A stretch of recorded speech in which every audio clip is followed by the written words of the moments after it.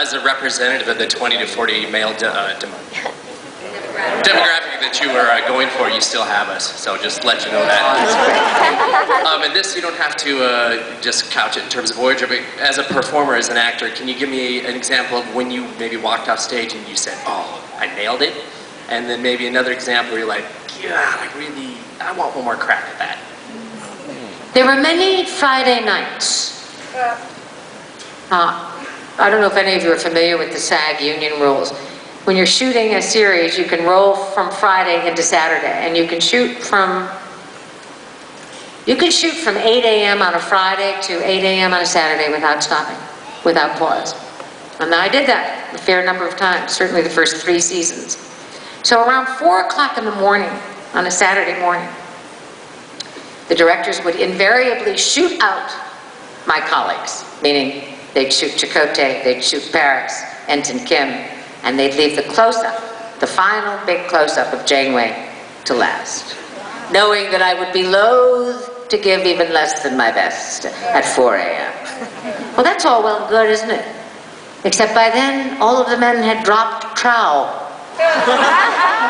and were spitballing me and saying the most... I mean, this went on every Friday night, right? It was their way of sort of saying, we think we love you, but we don't know how much. So Friday nights were an ongoing challenge, but very often Monday mornings were my slam dunks. When I'd come in ready to go, that's a 4:30 call, right?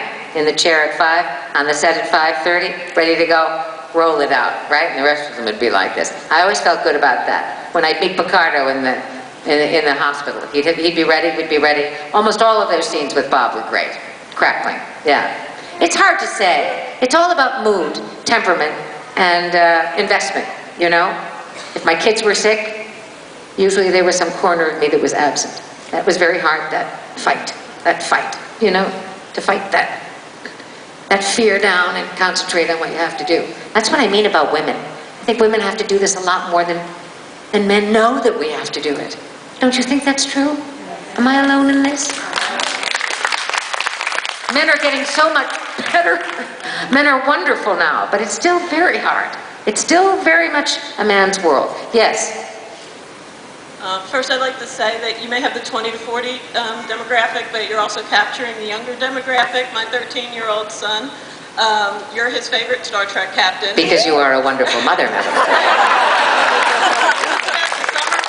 Voyager. He's up to the 7th season. I called him last night on the phone. He said, sorry, Mom, I'm watching Star Trek with Voyager. I love him, yes.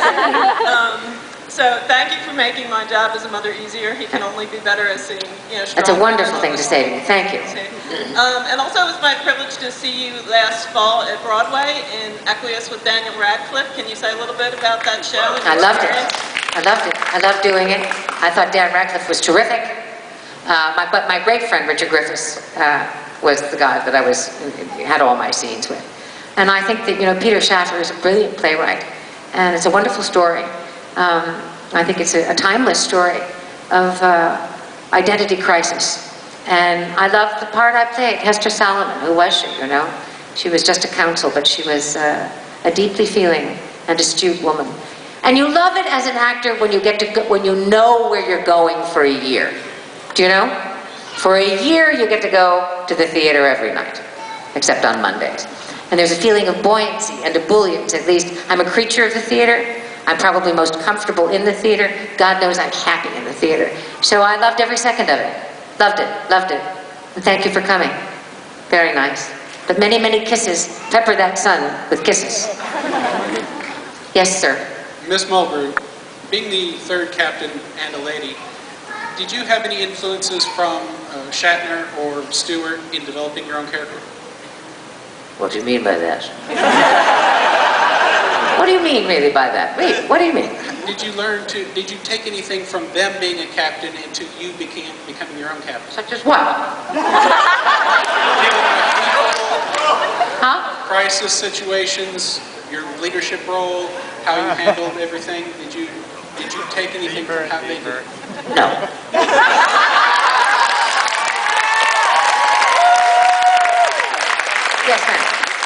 You talked a little bit about how you were very prepared and did your best to always be prepared.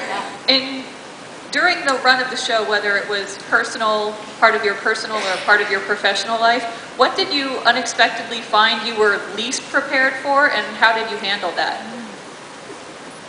Oh, wonderful question. Wonderful question. Are you a scientist?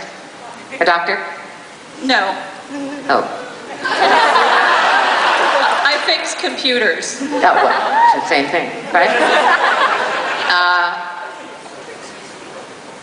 I'll tell you what's diabolical. Everybody's going to go that she can't be serious about this, but I am serious about it. Exhaustion when you're a woman. It's different from exhaustion when you're a man. I know this. I've studied men. Not enough, never enough. Men are built. They are anatomically built to stand up. That's why they do so well in battle. That's why they do so well in sports. They're built to withstand that. The gravity is with them, all that. We are built to produce, reproduce, right? Lying down and nursing, lying down or sitting. The body of the female it's hard after 16, 17, 18 hours in 4-inch heels with no breaks, no breaks. So the challenge was, can I pull this off without letting the camera know that I'm depleted? Because the mark always of a great leader is to never show that. Never let him see you sweat. Never let him see you tired. But for Kate Mulgrew, that was ongoing. And don't forget, when you have 2 young boys, my kids were young. I didn't come home to a quiet house, right? And the weekends were uproarious. This is a constant thing. So I think always trying to find the energy. Praying to God for the energy. So I would say that.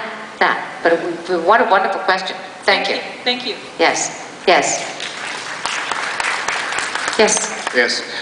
You're still my favorite Starfleet captain because since you're the first woman, I've never seen that. It's very progressive.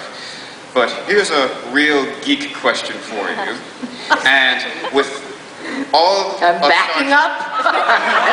What is it?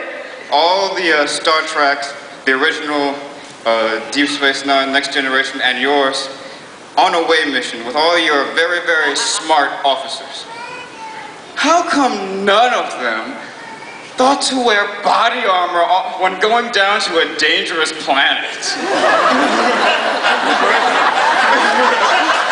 I don't know. It's been bothering me for years. You see it too. You see it too. Absolutely. I absolutely see it, but I let them go. I mean, they get shot at. I understand. I'm with you.